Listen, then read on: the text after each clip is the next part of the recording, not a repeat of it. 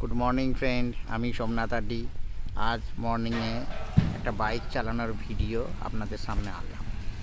যে দেখুন আপনারা, এক বোন আমার কাছে বাইক শিখছে, ওর কাছ থেকেই শুনবো এখন ও কেমন চালালো। দাঁড়াও, বলো কেমন চালালে। হ্যাঁ হ্যাঁ হ্যাঁ, নিউট্রাল করো, করো, চারটা বন্ধ করো। বলো কেমন চালাচ্ছ। ভালোই চালাচ্ছি। কদিন হলো?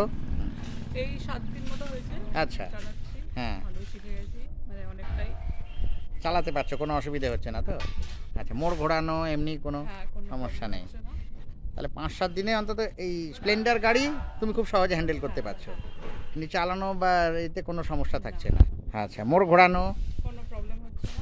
আচ্ছা শুধু এবার একটু প্র্যাকটিস করতে হবে। তারপর আমার ইচ্ছা হ্যাঁ, আছে একটা ভালো হেভি গাড়ি কেনার, আচ্ছা হ্যাঁ, এনফিল্ড বা হ্যান্ডফিল্ড চালাবে। এটা শিখে গেলে তারপর আচ্ছা ঠিক ফটাফট। আছে, মানে তুমি দমদম মোটর ট্রেনিং এসে যে 5-7 দিন শিখছো তাতে তুমি স্যাটিসফাই, তাই তো?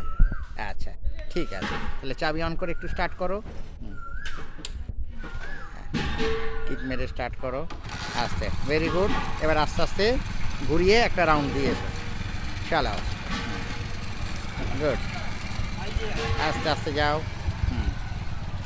Very good. আস্তে আস্তে ঘুরিয়ে নিয়ে এসো।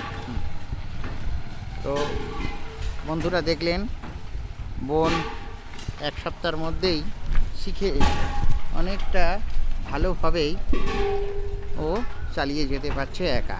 Thank you.